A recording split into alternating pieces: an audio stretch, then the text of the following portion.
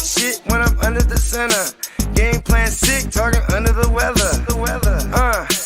You know what we doing? I need that all expense paid inclusive. I'm the plug, so I'm plugged into it. Brown money like with Jewish white Christmas. I'm Scrooge, bitch. My mood is on cruise ship. If you ain't tuned in, you ain't vibing with my moon man. I move shit like Kerry. I'm the cold truth, Fletcher Reed, Jim Carrey. Everything movie.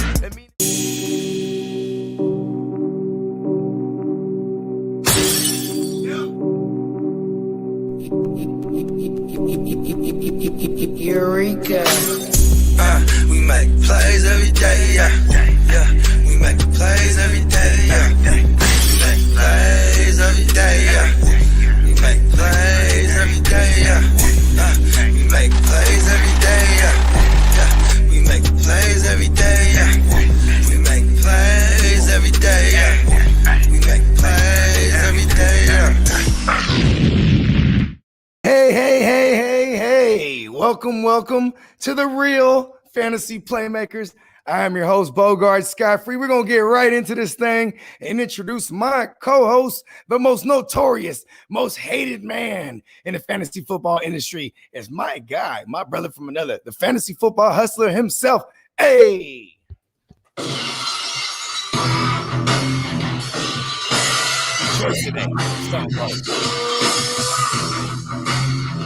Yeah, we're getting hyped today. Halfway through the preseason, it's crazy because usually, we're week 3. I mean, we're 2/3 of the way through. It's nuts. Just feels like the preseason is going way faster this year than ever before. How many days till September 9th? I mean, we're like 2.5 weeks away. 18 days, bud. 18 days. 18 days, bro. Woo. I might go to sleep and wake up on, in 17 days. I'll be all right with it. But check this out. Breaking down some preseason, for true just football degenerates in general. This is like awesome that we even got preseason again. And then you figure out how shitty preseason is. Hustler, go ahead and back the truck up. You know what I'm saying? Back up the dump truck. A lot of basura, really. But still a lot of notable things, and we're going to get to these notable things that we want to talk about today. But before we do all that, we're going to bring in our very first special guest host. He's my man, one of the most creative souls I've ever met on this side of the Mississippi, and on yours as well. It's my man, the Fantasy Football Peacock.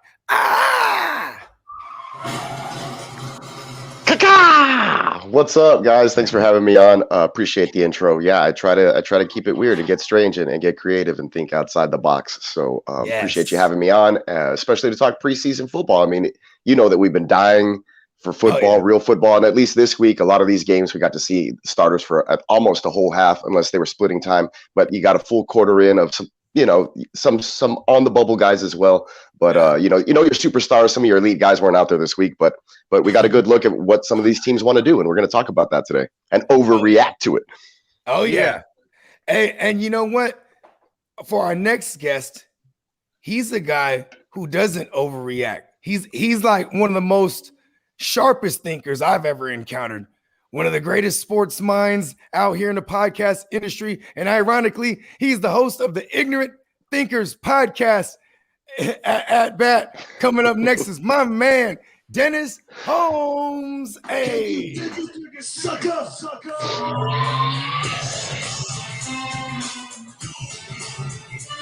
Yeah. We in the building, ladies and gentlemen. How's everybody doing? Hey, I'm glad to be here. Philly, stand definitely up. Glad to be here, and I'm glad that everybody's here. I want to let y'all know exactly. I'm here to fuck shit up. Just let everybody know. Yes. Hey, I want to say something real quick, man. When you blessed me with a feature on your show a couple of times, right? But when you brought me on with your panel, man, like this is some of the most knowledgeable sports historians I've ever encountered. Like I was just like, I'm not even gonna front like I know like a quarter of what they was talking about, bro. It was like, and it's funny because I'd be on a lot of people's shows, and people could dress it up nice, but these guys they know their shit, bro. That's why I'm glad to finally bring you on, man. Like you one of the sharpest minds that I've encountered, like I said in the intro. Thank you very much for that, man. And you know what, Bogard, man, listen, I had nothing but good times having you on the show. I couldn't wait to be on your show. I'm finally here, talking preseason. Hopefully it'll be a reoccurring thing. I come on y'all show and talk fantasy too. Oh man, so you already know. We got you in the rotation now. You know what's funny is I want you guys to keep account of how many times he doesn't call me Bogard, but some rendition of it. It's like, I thought there was one already. Mozart. He might call me Mohawk, just something blatantly not close to. It's a run-on joke. I try to get as close as possible. And listen, I apologize sincerely. No, keep it going. It's an inside joke. You know what I'm saying? We got to keep that thing going at this point. You know what I'm saying? But all right, so man, while we're talking to Dennis right here, let's just talk about this Eagles situation, because I was kind of upset we didn't get to see more Hurts, because I'm a Hurts truther in fantasy. I know the reality situation means he might not be there for too long. It could be, you know what I mean? But I'm saying I was upset that we couldn't see him because we finally had Devontae Smith out there. Like, what's your take on this 2021 preseason look so far of the Eagles? Like, is there anything you could take from it? I was at the game the other day. Okay, word. Nice. I was at the Eagles Patriots game the other day, and the number one thing that I want to say is I was very upset with the way the defense is being done for the last two games. It's too lax, and maybe he's trying to be vanilla, because he don't want to really show his hand. But come on, we just got blown the hell out, like 35 to nothing. We didn't have nothing, like, and it was made Cam Newton look good. Cam Newton actually looked good. I'm at the game, and I sat there and I sat next to the rest of my, my podcast crew. Shout out to Archer League Sports. We was there, and I'm sitting next to a couple of fans, and I'm talking to them, and I'm like, "What was the best part of this game?" They honestly sat there and they said, "Us doing the wave was the best part of this game." I was gonna guess that I ain't done a wave. I ain't done a wave in about 25 years, but I was excited to do the wave. I'm not gonna lie. Hey, the wave goes crazy, bro. I was gonna guess that it was the tailgating before the game, because Eagles just got smacked up and down the entire game. Yeah, we did. We got smacked. And then Jalen Hurts was ready for pregame, and then they just took him out. It started to make me think maybe that they was going to trade him, or maybe they figured out he's number one. A lot of people were thinking that. Yeah, he had a stomach illness, but he looked fine in pregame warmup. I mean, from the clip that I saw. But a lot of speculation around the Texans camp that there was going to be some sort of trade happening, but didn't come to fruition. Looks like it was some sort of stomach bug. Oh wow! Or they just pulled him, and there are talks going on, maybe, and that might happen down the road, and they just used it as an excuse this past week. We'll see. Yeah, it was, like I said, it was weird. If you listen to the Eagle reporters all week, with the joint practices with the Patriots, it was saying that we beat the Patriots in every form of practice all week. The Patriots had nothing to show, and yet we get blown out 35-0 on game day. Like that was weird to me.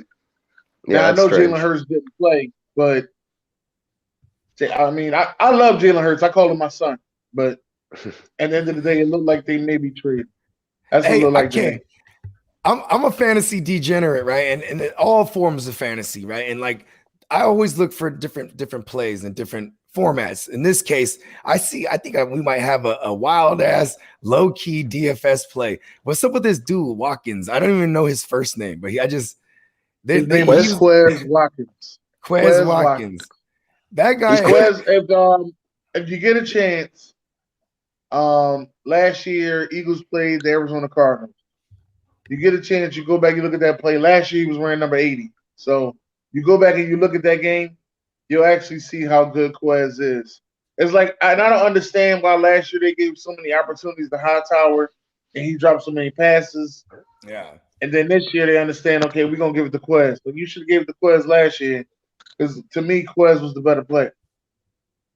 Yeah, because I think he got those guys like the 6th. I didn't even know who he was. I just saw him catching touchdowns and like constantly getting targeted down the field in the last 2 games, and he's with the ones. You know what I mean? I understand Jalen Hurts. I mean, what's his name? It was Flacco, but still, like, it's a team with a new regime. So I feel like what we see is what they're gonna, they're gonna try to do remnants of this. You know what I mean? Like, it seems like they're still trying to figure out who's gonna, be their exact starting lineup. You know what I mean? At receiver, but I mean, he might be like the number 3, maybe even the number 2 on the team. I mean, Rager, that's Rager, right? Yeah, it's Rager, and it's going to be Rager and Smith. He might be number 3. He could be 3. That'd be pretty dangerous. Rager, Smith, Watkins. Right now, he's 6th on the depth chart. I know that things can change, but I mean, they have all the rookies listed at 6, though. You know what I mean? Like Nico Collins is listed at 6, and he's definitely like 3 or yeah. Oh, I know. Yeah, it's true. I forgot about that. But so, like, what's his name? Travis Fulgam last year, when he came in just because of all the injuries and stuff. As soon as like the starters came back, he was nowhere to be found. So I still feel like they took his time away from him. It was terrible, man. He went downhill. Like you don't build nobody confidence up like that, and then for a starter to come back, and them starters ain't even that good. Like Alshon Jeffrey could have just sat out the whole year. Like, come on, like. And Deshaun was still there last year too, lingering around, right? Injured. I like Deshaun Jackson, but I mean, he does have those lingering injuries. That's why I'm glad that we have Jalen Rager, Quez Watkins, some speedy guys that can pick up the Deshaun Jackson slack. They're not gonna be as good as him. Well, they're not as good as him now. You say that. But they can kind of pick up the slack that he was given. You know what I mean? Take the top off of defense. Speedster. One of my biggest concerns about this team is special teams. I don't know when the last time our special teams has been, scary. Yeah, you know what? I would say so Jim Shorts is gone, huh? Is Jim Shorts gone? Jim Shorts. That's a good thing. Yeah, because I was gonna say his style, it's past. I mean, he was like the shit back in like 2010 to like maybe 13, I'd say. He had his time with the Bills. In our Super Bowl run. Oh yeah, for sure. I'm saying, you know what? You're right. I'd say maybe up until then. You know what I mean? Up until 2017, and he's of the old elk now. You know what I mean? He's over there chilling with like Greg Williams somewhere in the world. You know what I mean? Like trying to get a job and shit. But in that game on the other side of the ball, it was like Mac Jones show and Ramondre Stevenson again, pretty much. Right. I picked him up everywhere I could. I'm gonna lie. About Cam Newton though. Oh, we didn't see a lot from he looked like I'd say he looked good compared to last year, but I will say, like the Eagles did, like you said, they looked like they was like laxed, bro. Like they was not even trying on defense. You know what I'm saying? I mean, they did hit Mac Jones a couple times though, but I'm just saying, like when them starters were out there, Cam Newton looked good. Yeah, I think watching Mac Jones though, it looks like he gives you a little bit more with his arm than what Cam can do. I guess I feel like he'll make a quick read, and if it's not there, he'll be smart with the ball. Cam will probably just like try to push it down the field to throw it away. So I don't know. I do like what I saw from Mac Jones from what I did see out of like the highlights. I wasn't sitting down watching the whole preseason game or nothing, but he looked pretty accurate with the football, and he was able to drive the ball down the field, and then they were able to punch it in Bill Belichick style, however they can. So. I can't lie. I'm happy in a motherfucker that I have a couple Mac Jones shares in dynasties, like super flex. I got one somewhere. I like it. Because it's not even that I want to have him, but like when he gets named the starter, like somebody will pay up more than they usually. Oh yeah, you know what I mean? Yeah, you can trade him away. Hell yeah. And who I'm hyped about I'm not a believer in that. Yeah, you know what? He has that dad bod. He has that Tom Brady physical profile. He has like the childbearing hips profile. Like, you know what I mean? That's what I mean. But when he stretches the field, it's crazy. Like I'm like, you wouldn't think like he's the dude at the party that's like opening the beers with his navel. Yeah, here, bro. And then he throws the ball fucking 50 yards hella clean. You know what I mean? Well, Cam Newton already gave him the nickname for you. It's the mac and cheese. So I like it. And see, look, it's a double-edged sword there because you got the Robert Kraft correlation. That's right. There's layers to it. You know what I mean? I'm stoked on Jacoby Myers though. Like it just seems like he's going to be one of the dudes thriving this year. And we had Matt Harmon on the show a couple days ago talking about him being one of the perception darlings, on their squad. And what is he like? 80 percentile? Like 80 percentile overall in every route. Yeah, 80% success rate, like separation, all the good categories you want. My baloney has a first name, Jacoby Myers. He's in that category. Yeah, he's free. He's free in fantasy. Yeah, bro. Yeah, and nobody's drafting him. They might have been throwing the ball like 18 times a game last year, but that was like Cam learning a new system, COVID offseason, all that shit. We can make excuses, but nonetheless, whatever the amount of times they were passing the ball, Jacoby Myers had 30% of that target market share, bro. That's elite level target market share. That's like Julio Jones. I'm just saying the target market share, the percentage. You know what I mean? Like, and that's the guy that's useful in fantasy. You know what I mean? Just pile up hella receptions. Just probability wise, he's gonna get all these targets. And I mean, I think Kendrick Bourne is just them keeping their pockets loaded. You know what I mean? Like same way they had Wes Welker, then they had Julian Edelman, then got rid of Wes Welker, and then Danny Amendola. They just keep their pockets loaded with this type of receiver. And matter of fact, I remember it was a primetime game last year. I think it was the game. It was the Ravens, Patriots. And Jacoby Myers, he used to play. First of all, it was his birthday that night too. And anyways, they did a little fucking end around, and then he like a little fucking reversal, whatever you call it. And then he threw a touchdown pass. Now he threw a touchdown pass. It was a reversal. I'm sorry, I had it wrong first time. It was a reversal, and he throws a touchdown pass. That's Julian Edelman shit. Because Jacoby Myers used to be a quarterback in college. Or in college in high school. Yeah, they like guys like that. Versatile. Yeah, exactly. And they love him too because he's a fucking undrafted free agent. So they're like, yeah, you're gonna earn your keep. And they do. He did that for everybody too. It's kind of crazy. Like, look, if they're paying Hunter Henry, I wouldn't doubt if Hunter Henry doesn't get his shit together after the injury, he'll just be depth. You know what I mean? Be out there blocking. You know what I'm saying? They got Jonnu. That's what I'm saying, though. Like, everyone's hyped about the two tight end sets, 12 personnel. I'm like, it might be the other dude. What's his name? Lacoste or whatever. They got some other guys. Alligators on his shirts. Yeah, Lacoste, Matt Lacoste. You never know. They got someone over there, something King, whoever the fuck it was out there. You know what I'm saying? But yeah, all right, enough of that game. What was the next game? We got the football team. We got a grip. So, yeah, the Bengals at Washington. And Gibson just, to the moon. Yeah, he's good. I like that they're throwing the ball to him on first downs. Because I was going to say, they manufactured like a screen for him on like first or second down, something like that. So he doesn't need to be out there on third down to get passing work. Because he was off the field on third downs too. Right. So it's McKissick was out there. Exactly. So, you know what I mean? So, if, for deeper leagues, McBessels, as my man Sweetness likes to call him, right? McBessels is probably a flex in like a 14-team league because he's going to be that third down guy. You know what I mean? And, the fact that they're throwing the ball to him on early downs, bro, to Gibson, Antonio Banderas Gibson, bro, the desperado himself. It's like CMC, bro. They said they like him because he reminds them of CMC. It's they the did same say that. regime.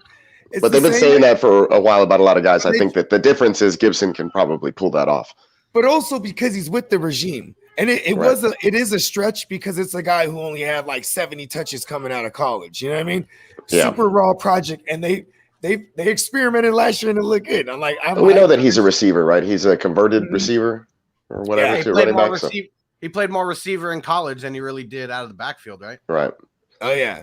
Yeah, that's what I'm saying. Another target from Washington side, though, man, Logan Thomas looked like he was heavily targeted by Fitzmagic early on. So I think that he's going to be one of those sneaky tight end guys also this season that you could get. Like if you punt that position, I think that's somebody that you could look at in redraft leagues. Hey, Logan Thomas, we probably didn't expect him to, do what he did last year. And then coming in, I think a lot of people are kind of feeling that way. So they're not really drafting him heavily and you could still get him extremely cheap or for good value right now. So that's somebody I'm probably going to look at, especially after seeing what I saw early on in this game. So I think his arrow's pointing up for Logan Thomas.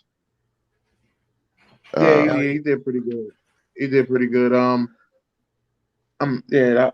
was kind of upset to see. I'd be upset to see veteran quarterbacks take unnecessary sacks. You know what I mean? That's the thing with me. I don't know about y'all, but I get right. Like Colt McCoy. Colt McCoy the other day took an unnecessary sack. He was outside the pocket and took a sack when he could have just threw it away. I said, what the fuck? You've been in the league fucking 14, 15 years. What the hell are you doing? I don't understand it. Will Greer was another one. He took an unnecessary sack. Like, what the fuck? Like, y'all been in the league too long to be doing this dumb shit. Hey, Will Greer, he's they've been keeping him around too. Ron Rivera, I'll tell you this much though. I do like Ron Rivera because he actually means what he says. It's not coach speak. When he said we're gonna use Gibson in the passing game, they did it. They paid Logan Thomas, and they didn't just pay him to keep him around like in blocking and shit. You know what I mean? Right. They targeted him like he's a part of the game plan. And if you remember this regime, they're doing what they always did. Because this regime was together in Carolina, and they utilized the Greg Olsen a lot. You know what I mean? They utilized CMC in every facet. You know what I mean? But now, you know what is tight though? I'm excited of this tandem of receiver though, as well. You know what I mean? With Curtis Samuel and the Scottish lad. Terry McLaurin. Terry McLaurin. Okay, Dennis, let me get your thoughts because I know you fuck around with fantasy too. So like, what's up, Josh Bailey? I'm a fantasy guy heavy. I'm heavy in fantasy. So like, you know what I mean? Like, what's your bias? Like, are you totally non-biased? Like when you're in the draft, like, you know what I mean? Like I'm, because not the Redskins, the Washington football team, they got some bad motherfuckers for fantasy this year. You know what I mean? Yeah. I like Gibson. I like their wide receiver Terry McLaurin. I just hate their quarterback situation. You know what I mean? Like right now, Ryan Fitzmagic is good for like 5 games. So if you got him, you're trying to trade him by week 3 for something nice. You know what I mean? You're trying to get a sucker out there to take that trade by week 3 for something nice. But I don't even draft Ryan Fitzmagic. I don't touch him. He's a super flex play. You know what I mean? Or like in a single QB leagues, like, you know what I mean? He's like if you're waiting super late, or even a streaming option, because no one really looks at him like that except for some real fantasy degenerates. Because I do like Fitzmagic for fantasy purposes because but here's the thing, he has so many weapons this time. I've never seen him with an array of weapons. Normally he'll have like 2 solid options, and both those 2 options are fantasy viable. Like last year, what was it? It would be like Devontae Parker and Gesicki. And then before Gesicki was Devontae Parker and Preston Williams. Yeah. And he didn't even fuck with Gesicki either. It was all wide receiver for him. That's true. Yeah, a lot of people don't use the tight end as they should. It's a good point. But this system does, though. I'll tell you that much. You know what I would say on the other side of the ball, Jamar Chase targeted 3 times. I think he had 3 drops. Oh man. Bengal fans are expecting Jamar Chase to be better than Ocho Cinco. Yeah, that's for sure. Ocho Cinco was one of the guys, man. Like he's like a baby goat to me. I love Ocho. You can't. Yeah, you know what I mean? we love Ocho Cinco, man. Love him to death. For anybody, they're expecting Jamar Chase to be better than Ocho Cinco because they have the Joe Burrow, Jamar Chase connection that went for 23 touchdowns in college. So they thinking it's just going to translate to the NFL. I mean, it may not. It's just one that we're going to have to wait to see. But I think besides that, he still got Kyler Burrow and T. Higgins. Yeah. Kyler Boyd and T. Higgins. Yeah. I'm a little upset that I don't have enough Higgins in my leagues. You know what I mean? I think I have like two spots with Higgins out of 16 leagues I've drafted so far. I got more Boyd. You already drafted in 16 Higgins. leagues? Yeah.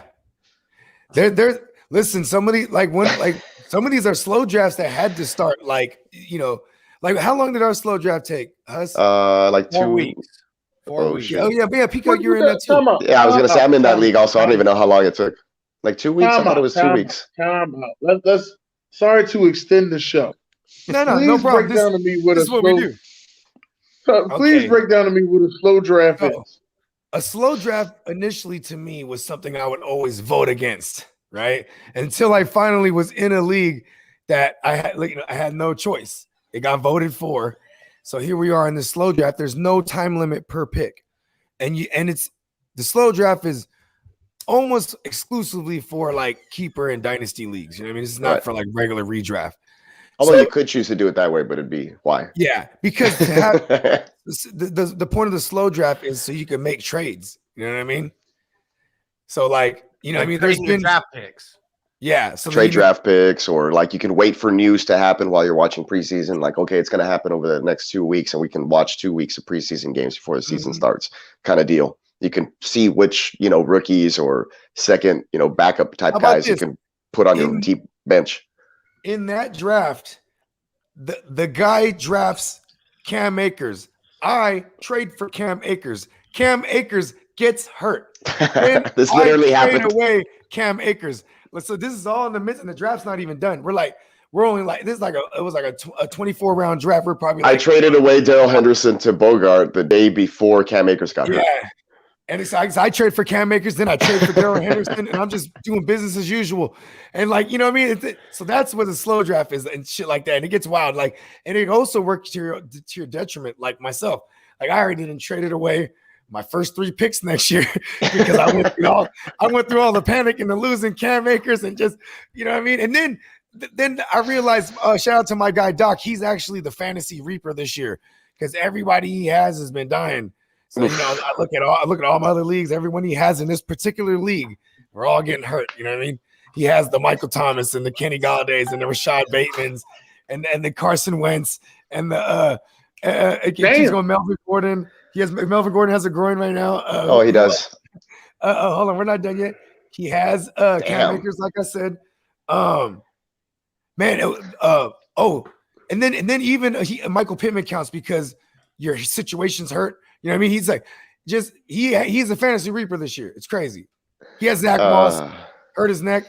I'm just like, damn, it's a real thing. All right, hey, we were talking about Zach Moss. You want to talk about Trubisky in the Bills game, I guess, because Zach Moss didn't play. Devin Singletary got the start, like pretty quick. And Trubisky tore it up. He was on fire, man. In his return to Chicago. Preseason darling. Preseason Trubisky. Chicago. So I mean, you kind of expect that. The Bears kind of look like shit, though. And Bears didn't start anybody on defense either. Yeah, so no. Khalil Mack was playing, bro.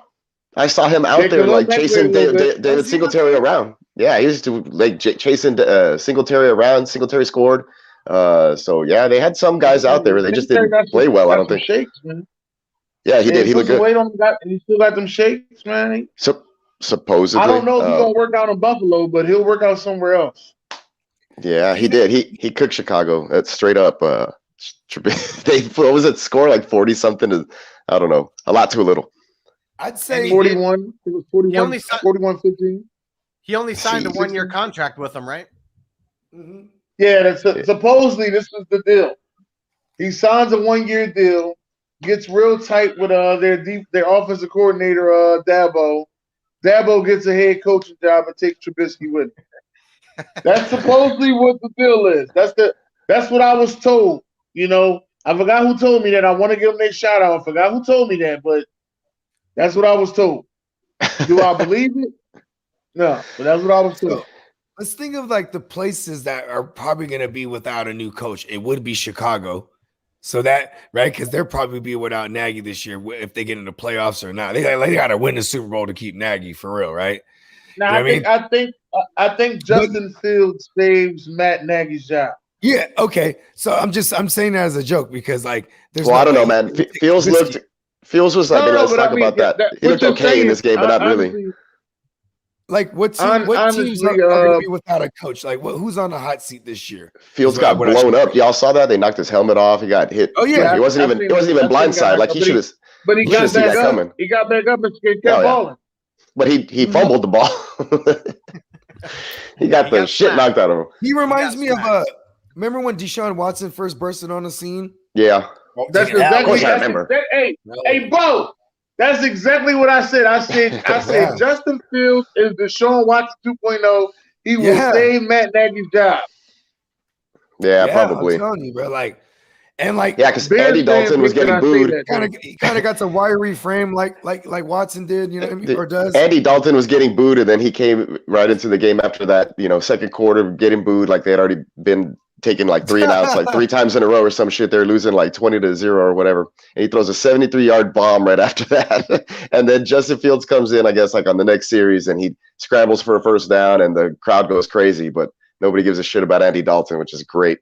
It's it's hilarious, dude. Yeah. So he'll be done. The crowd will let Nagy know. The crowd will let Nagy know when it's time to just say, fuck it. We're gonna have to put Fields in the game and just, take off with it, because they were getting their asses whooped. What are they going to do? The Bills are already running complex fucking plays with motions and fakes and shit in their offensive scheme with Trubisky as the backup. So they're going to come out guns blazing when the offense hits the field in week 1. I think the Bills are going to put up a lot of fantasy points. I want to circle back around to Singletary. Speaking of fantasy, right? Like, it's cool that he's probably going to be the guy low key, and we're getting him at value. I still won't fool with any running back from Buffalo. You know what I mean? Because it's like, man, Josh Allen. Wait. Here's my question, Bo. Yeah. Do you fool with any running back in the AFC East? In the AFC East, that's a good question. I like Michael Carter, maybe. I like Michael. I was about to say I like Buddy from the Jets, because he's gonna be in that wide zone scheme. You know what I mean? They're gonna try their best to mimic the Niners run game. You know what I mean? Because you got Mike LaFleur there coming directly from Shanahan. You know what I mean? So when they drafted Michael Carter, I'm like, all right, this guy's gonna be like how they used to use like a Matt Breida. Like Matt Breida used to be like a guy who could get some carries, and he can catch the ball. He's like he could take it. He could run a stretch, or he could run inside zone. Like it's Michael Carter, and then he looked good yesterday too. You know what I mean? Little flashes. The Jets look good against Green Bay. Green Bay's defense looks like, and special teams looks like it's going to need a little bit of work, at least through the preseason right now. But they have Aaron Rodgers to carry him. Yeah, they got a new D coordinator, new special teams coach too. So. I was going to say, we're talking about the Jets, man. That's my overreaction for the week. Preseason week 2. It is Zach Wilson lighting it up, playing well. The number 2 overall pick in the draft this year came out guns a-blazing. He found Tyler Kroft for not 1, but 2 touchdowns. He looked very good, connecting with Corey Davis through the middle of the field. My man was playing well, so I think you're going to find some fantasy value in both Corey Davis and Tyler Kroft as a starting tight end. Chris Herndon is not a thing, guys. Let it go, everybody. Tyler Kroft is probably still going to be free. Like, if you can go check on the waivers right now, I bet you he's there even in some dynasty leagues. I'm gonna overreact with you. Because it's the system, bro. You know what I mean? Like, that system, everywhere that system's at, the tight end eats. Yes, sir. And you know that system because it was there in your hometown for a bit, wasn't it? Yeah. It still is. You know what I mean? Yeah, that's right. Well, that's look at Robert Tonyan last year. Robert Tonyan last year came out of nowhere. He's in a similar system. You know what I mean? With Matt LaFleur. You know what I mean? The tight end is going to eat. You know what I mean? Or at least let me touchdowns. Since we're overreacting, let me go ahead with y'all. I think Corey Davis may have the best season of his career this year. I really do. I think he could be the one. Zach Wilson is so dependent on him. It's crazy. I really believe he may have a breakout. He may finally go for. I think this will be the first time he hit 1,000 yards receiving. Don't quote me on that. You know what? Knock on wood, but I don't think this defense is going to get it together year 1 with Saleh. He doesn't have the personnel. That offensive line is together. Oh yeah, but I'm just saying true. That offensive line. And shout out to Brian Baldy, aka Baldy. My fault. He the one told me that early. He said this offensive line is going to be dangerous for the Jets. I really didn't 100% believe him, but now as seeing this offensive line, they're going to be dangerous. Yeah. And that's why I like look at they're doing everything to mimic the Niners right now. We have Trey Lance, they have Zach Wilson. You know what I mean? We have a move tight end. They're trying to find one. Wilson was hitting some spots with his arm on the move. He looked like a kind of like when Mahomes moves sometimes. It looked really good. I was impressed with the way he was finding receivers. So I'm excited for him. In a charity league that I was in, and you know, you have to carry another quarterback or whatever. I dropped Daniel Jones a couple weeks ago, and I picked up Zach Wilson before preseason week 1, and I'm really happy with that so far. Yeah, of course. I was like, there's more upside here. Nobody's talking about this kid. No one should ever fool with Danny Dimes. Exactly. I felt so gross having him on my squad. I had to drop him. Back up the truck. Yeah. But no, I mean, Danny dump truck. Last season was his best season, you know, of his career. 65 receptions, 984 yards, 5 touchdowns. I mean, if that's his, he was close to that 1K. Yeah, I think he's gonna get that 1K this year. Yeah, we get the extra game too, so that should help. Yeah, that's a good point. Also, thanks for looking at the stats for me, player. Thanks for that. Yep. In fantasy, right? I think like where I've been fucking up, because I did like more than a dozen drafts already, right? And where I've been fucking up is I have more Elijah Moore because he was going later, and I was just like not believing in Davis at all. When really it's like, you know, you just follow the money. They paid the guy, you know what I mean? They paid the guy, brought him in. And Matt LaFleur, his bruh, probably was like, yo, you needed to get that Corey Davis kid because he had him. That was the last time. Look, I wasn't a believer until I saw like spurts last year, and I was on the Tannehill train, so I was watching, you know, how he was doing with Tennessee. So I was like, oh, okay, good for him, right? But now just watching here in preseason, looking at Corey Davis, you know, run routes and actually catch balls now. I remember his first couple of years in the league, probably his first 3. I was like, this guy's hands are made of stone, but he's improved a lot. He looks really good, and if he can be the number 1 target at the moment for Zach Wilson, I think it's going to have a lot of value in fantasy, especially because of where he's going in drafts. Yeah, he's going so late in drafts right now. I don't know what his ADP is, but since college, he's always had elite route running. But you was right. Yeah, his hands was a problem. Yeah, I think he's got it together now. Right, exactly. What do you guys think about this that just came in? Carson Wentz supposedly returning to practice tomorrow. Oh, well, let's hope he doesn't mess up his foot. You know, Carson, because I'm gonna keep it real with y'all. I don't know if y'all ever heard me say this if y'all been watching me, but I don't think that is going to work. Yeah, I'm not a believer in Carson Wentz really either. So it's not, and there's nothing against the Colts, and I don't dislike Carson Wentz. I think that he's a nice guy, you know, but everybody believes that this marriage with him and Frank Wright is going to be a good thing. And I've said this many times. If Frank Wright is not Apollo Creed to Carson Wentz, Rocky Balboa, this will not work. Okay? He will not. He has to give him back the eye of the tiger. He does not have it. Right. I'm worried about anything, you know, with a foot, you know, for him being mobile. Foot injuries are tough, especially if he had a surgery and he's going to come back from it so quickly. It's kind of crazy for me. This is how cursed Carson Wentz is. He goes last year. You know, just his existence makes Brandon Brooks and all of them and Lane Johnson, all the nations are all hurt. Right? He goes over to the Colts. He just destroys all of them. You know what I mean? Yeah, his lineman had the same injury, right? His lineman has Quentin Nelson has the same injury. Yeah. Jesus. The center is banged up. Their left tackle is he's coming off of an Achilles. You know what I mean? Like, yeah, right. So the Colts played. We're talking about Wentz. So the Colts played the Vikings. I don't got much else there. Hines looked really good. You know, he might be a thorn in the side of JT on 3rd downs instead of Jonathan Taylor Thomas. Yeah. So we'll see what happens there. No, if you go back and watch the highlights for that game, though, the Vikings game announcers were fucking on. They were hyped, man. They were funny and on point. Just check that out. It's entertaining. I love comment Vikings preseason game.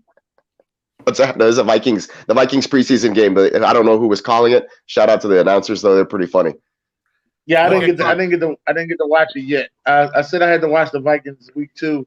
Because week 1 they looked like shit, and everybody had them like second in the NFC. Yeah, Kirk Cousins still didn't look great. Alexander Madison was playing and looked fine, but other than that, it's I don't know. It was kind of shaky for them, I think, on the offensive side of the football. They did have a pick 6 on defense early, and that's kind of what helped the score out. But they didn't show much preseason game 2.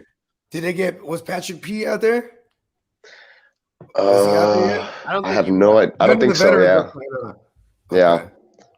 And I know some teams aren't playing any starters until next week, like the Falcons. So there's like nothing to report there. And really, isn't next week just a dress rehearsal? Really? You know some teams are playing it the other way. Like some teams did the shit. half dress reversal like this week or like, whatever. And some teams haven't played any starters like the Falcons until next week. Clock management, man. Shout out the clock. Shout out the clock. Look at it. Look at his comment in here. I think that he's a nice guy is equal to she has a great personality. Hey, back to the on the Carson note, right? Like, you think the Colts are forcing him back because they don't give a fuck about him? They just don't want to give up a first round. Well, dude, Sam Ehlinger had 2 tipped passes that turned into interceptions. I didn't really see how Eason played, to be honest, but he didn't get the start, so I'm not really sure what's going on there. But neither of those guys are going to be the answer. They needed to trade for a veteran quarterback at some point already. Nick Foles is still the third stringer with the Bears, and people were talking about that earlier in the season. They cannot listen to me when I tell you. They cannot trade for Little Kim. You hear me? I forgot. Y'all don't know. Nick Foles is considered Little Kim to me. They cannot trade for Little Kim. All right. That'd be great. That would just crush Carson Wentz's ego. No, Carson Wentz will go to jail for murder, bro. Like that'll be the headline. Like he gonna need you know how people got a emotional support dog and everything? Yeah. He gonna need an emotional support zoo. That's how many animals he gonna need after that. Like, bro, the whole ass statue is out there. I mean, I've never been to Philly to see this statue, right? Have you seen the statue? I've seen the statue. I'm gonna take a picture next to it next time. I'm gonna put down. Okay. I'm taking a picture with Dougie Fresh and Lil Kim. That's what I'm gonna take. Man, because Carson Wentz, I feel like he just wanted to go anywhere because that statue just, even though Nick Foles wasn't there, the statue was. Lil Kim still remained. Lil Kim still remained. It's a legacy, dude. Side joint in the world. Right. He has a legacy. What other games haven't we hit? Yeah, Steelers, Lions. Lions. We were talking go for it. Sorry. We were talking about the AFC East a little bit earlier and which running backs you would fuck with a little bit. So I'm changing my stance on Myles Gaskin, Carol Gaskin herself. Yeah, bitch, Carol Gaskin. Let's talk about that Miami game then. He's the man. Like Tua's going to be check down Charlie. So I'm changing what I said last week because he didn't just target the tight ends, but everything. Waddle. He had Waddle going a lot. They had a lot of little manufactured bubble screens and jet sweeps and shit like that for Waddle and tried to target him early. I think him and Will Fuller are probably going to play that similar type of role, and they're going to use him interchangeably or at the same time, I think. So I still don't. One guy goes deep, one guy's hanging around, staying for that little screen or that jet sweep. It's going to try to open things up for those guys to do yak. Yeah, but it's going to make Tua look good, I think, because those guys have speed. Yeah, I don't think that he's going to be putting up those really huge games, though. I mean, I like the wide receivers because they're going to get their short completions. They're going to get their yak. Gaskin, though, he just seems like that dude. And, he was that dude. My ranks. That dude. Yeah. He got lowered down, in a lot of people's ranks after seeing that first game. And who was it? Was it Guccini or Kev? It was hard to start Kev, who was like, just relax, everybody, relax. And yeah. And he should because he scored through the air and on the ground. He looked powerful when he had the ball in his hands on the ground, and he made some tough catches and was able to keep his balance on the sideline for a couple. So he looked like fire. Myles Gaskin climbing back up, arrow pointing up. That was, a big takeaway, I think, from that week as well. So we can definitely overreacting to him last week. Yeah, that's true because man, like what a tangled web we weave. Everybody was shitting on Gaskin last week.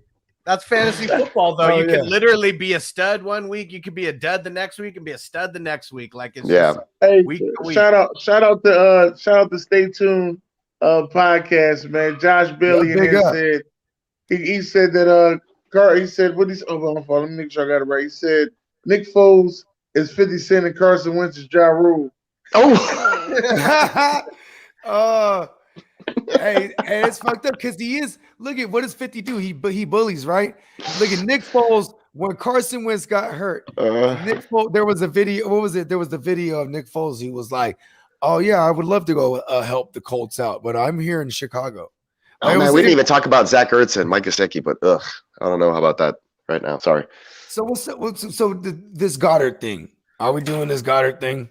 I took him as my second tight end just in case in a Because deep I'm like, league if the other Zach day. But Ertz is there, I still feel like Zach Ertz is probably the guy to have then because it's Yeah. like if you have him, they're gonna use him. You know what I mean?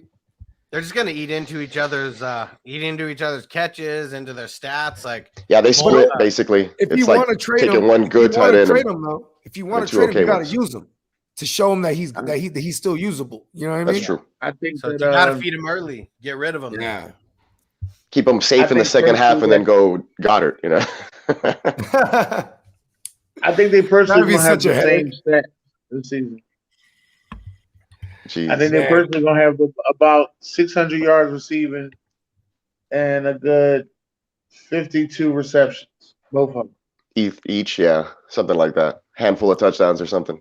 High end tight end, too. really low Yeah. end ones, Unless an injury, right, to either one of them. So which we've seen. Literally both of them got injured last Yeah. year, so anything could happen. Oh yeah, and it was Anything is Richard possible. Rodgers. Goddard's glass jaw. All right, now let me ask you another question. Now, since y'all Yeah. are, I'm here with the fantasy gurus. You know what I mean? Y'all in about 44 leagues. Y'all Sundays, Probably, yeah. y'all Sundays, y'all thumbs are fucked up. You know what I mean? But, how are y'all doing this with the COVID? Are y'all doing 2 injured reserve spots? Are you doing 1 injured reserve spot, or are you just going like it's I do regular 2. fantasy? I'm doing bumped one it this up. year. I'm doing one this year. I did 2 last year, but we're cutting it down. For my home redraft league, it's just 1. I bumped it up. So we normally have 2 in each league. I bumped it up to 4 because this COVID shit is gonna. I mean, it's gonna be like it was last year. Maybe not as Yeah. much, but it's gonna 'Cause be the random whenever it happens. It's the contact shit that's real though too. It's like say you're good. But now they're not suspending games unless there's a whole ass breakout. whole You know ass what I team. mean? Yeah, No, but but- now they're just, it's either a forfeit or whatever the hell it may be. Yeah. So But I'm also saying because even the close contact shit is what I'm saying, right? So the close if someone tests positive, that's different, right? But the Yeah. close contact shit, that player will be held out for further notice. You know what I'm saying? Right? And you remember how it was? You had to wait, you had to test straight for 10 you had to days, test right? negative. Yeah. You had to test 10 days. So if you have a game on Sunday and it's Thursday, you miss the game. So I like at least having 2. You know what I mean? 4, you feel good because then also you could use that in your advantage. Like I might fuck around and like snatch up Michael Thomas somewhere in the draft and then just throw him in the joint. Yeah. You know what I mean? And the context behind mine is most of my leagues are super flex and IDP, so just a Right. little bit more starting spots than your normal standard leagues. Right. So what's the wait? I'm hold on. So What's a super flex. Oh, It means so you know what a regular flex is, right? And how you could put everything in there, but you when you add the Q to it, now it's a super flex, and you could put the quarterback in there too. in there, yeah. So now you have 2 quarterback leagues, two basically. quarterback leagues, but But it's not necessarily because it's super flex covers the anyways. You could imagine having like a 2 quarterback league with a super flex, and that's a 3 quarterback league. And fuck that. So which I do have some of those. I was gonna say Hustler got those. Man, that's crazy. What are y'all fantasy Preference? y'all play on? Is it Yahoo? We predominantly use Sleeper. I like Yahoo though. That Yahoo's near and dear to my heart. So Yahoo's okay. My home for redraft in Yahoo. Yeah, for Yahoo, redraft exactly. I have my Yahoo, keeper league in Yahoo. Yahoo and Sleeper for me, but it sucks with Yahoo. Okay, now what about do y'all use ESPN? No, Nah. fuck ESPN. Yeah, fuck ESPN. And I gotta learn. What about In a NFL? couple I'm never days- getting a job there. ESPN, give me money. ESPN give you money. We'll help you redesign your shit. Hold up. Now, hold on, fellas. Now, what about NFL? So This year we can't I say gotta anything use it. bad. Hold on, Yeah. we can't say anything bad about the NFL because I'm we're sure I'm actually- gonna love it. We are because Adam Rank, we're doing a charity league, and Adam Rank and James Coe, Marcus Grant, and Smitty are in it. And Adam Rank said we got to be on brand because he's a company man. So we're using the NFL fantasy app. It's the only league I'm playing in on NFL fantasy. And you know So what's NFL, funny? give me money. Yes, NFL give me money. And shout out to Fantasy Football Plug and my man Clock Management. That's my brother from another. He was in the chat. Yeah, they have the Pace League, and same thing. We got like Michael Florio and Marcus Grant and Eddie Holloway But anyways, Darren Waller, Danny Woodhead, T-Pain. to name drop a few. Yeah, right. But yeah, they emphasize using NFL Network's platform or NFL platform because the dudes from NFL Network in there. And I'm like, bruh, I know for a fact those guys are in the homies leagues and they're using Sleeper. It's like I have to learn some whole new ass shit. But I heard it's tight though. I heard it look like it's the aesthetics. Okay, so what's another one? Because I use one now that's called RTS, Real Time Sports. I never used Never heard of it. I gotta look into it. Now, I just heard about it 3 years ago. 3 years ago when I first heard about it. Sleeper is the one. Right now, I won the championship in it. So it's near and dear. So you like it? Yeah. Exactly. Yeah. But here's what's dope about Sleeper. Here's why I really like them. They actually listen when you tell them something's fucked up. Like they'll go fix it. Stuff. That's the name of it. It's called Sleeper. Yeah, Sleeper.app. Yeah. I love it. Yeah, they made so many big changes this year. I was really, really surprised. Like I don't think any I have to try them out one year.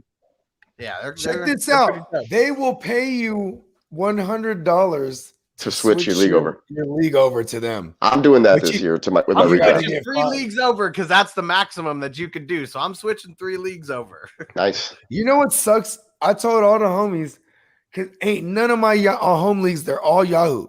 Nobody wants to change. And nobody wants to change because they all just like they're safe in their little Yahoo box. You know what I mean? This year people are open to it. The history though, like there's a lot of history in the Yahoo leagues. Like you can go back like almost 10 years that's true. All that shit. Well, the thing is, with Sleeper, you can import the history when you switch over. And see, they literally giving people money. Damn, that's what I'm saying. They literally giving people the money. They're giving people money to go over there. Sleeper, give us money. You got to click the offer, and then you got 7 days, and you have to have finished drafting before kickoff the first week one. And you have to have 5 people that have never been on Sleeper. They did it dirty. Shit, my whole damn league ain't been on Sleeper, but to get them to change over, it's hard enough to get them to download this ESPN app. Exactly. Download the Sleeper app. But the ESPN, actually Sleeper is way more easier than everything else. It's user friendly. Yeah, and they're fixing their web their desktop version supposedly. So we'll see how that goes. Yeah, I've never even tried to fool with it because that shit was like confusing and shit. Dude, I got 0 notes from the Raiders versus Chargers game. Clock management. If you could type it in, what's flea flicker? If you could type it in, if that's flea flicker. And it's a completely customizable. And there's my fantasy league also. Yeah, so you guys got to check out. If you guys didn't check it out, I'm doing a fantasy football commissioners academy.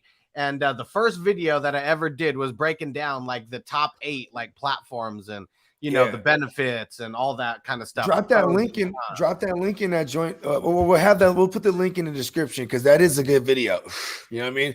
This is actually dope too because it is a fantasy show. I'm actually a commissioner myself, so I know exactly what you mean. Because and you know what's crazy is you got to be a fair commissioner. Like, okay, listen, I want to get into something right here because it's a good segue. So I made a trade last night, right? And the trade went awry. You know what I'm saying? And the commissioner didn't punch it in yet. And I had texted, listen, to make a long story longer, the trade got reversed. But to make things right, because that wasn't going to sit right with me either. You know what I mean? Because I tried to reverse it immediately, but it got reversed the next morning because that's the time that it got to the commissioner. You know what I mean? Okay. And then so I had to make it right. So I resent another version of the trade, not with an injured player that was in the mix to begin with, that I would have never made the trade for. But it felt good to have integrity to go back and do the bad trade. Yeah, I mean, on some platforms it's hard to reverse shit. Because the commissioner did the right thing though, as I'm saying, as the commissioner. You know what I mean? Hold on. You know what Kurt Angle. He's the guy, intensity, integrity, and intelligence. You know what they say about him. You suck.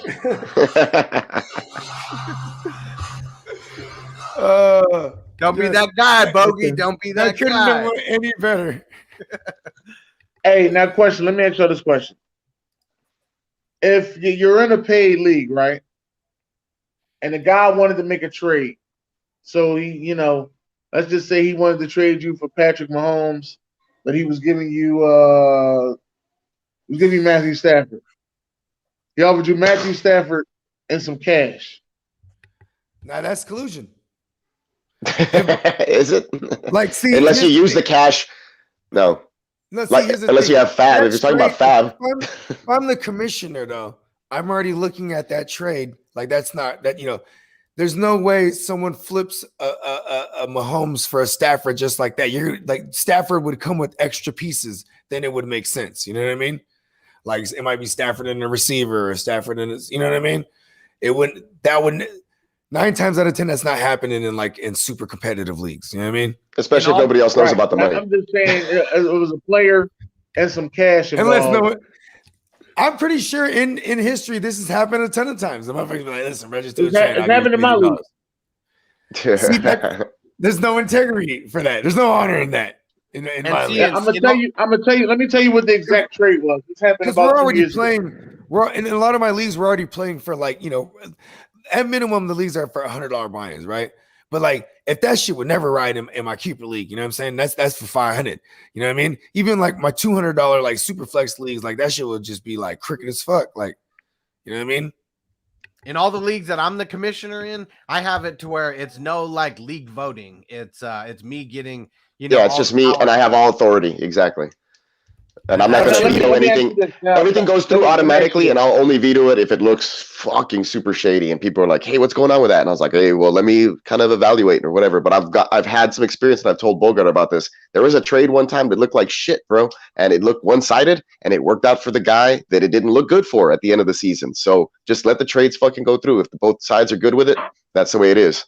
Who gives a shit about everybody who's not involved? Let me tell you what the exact trade was. Good point.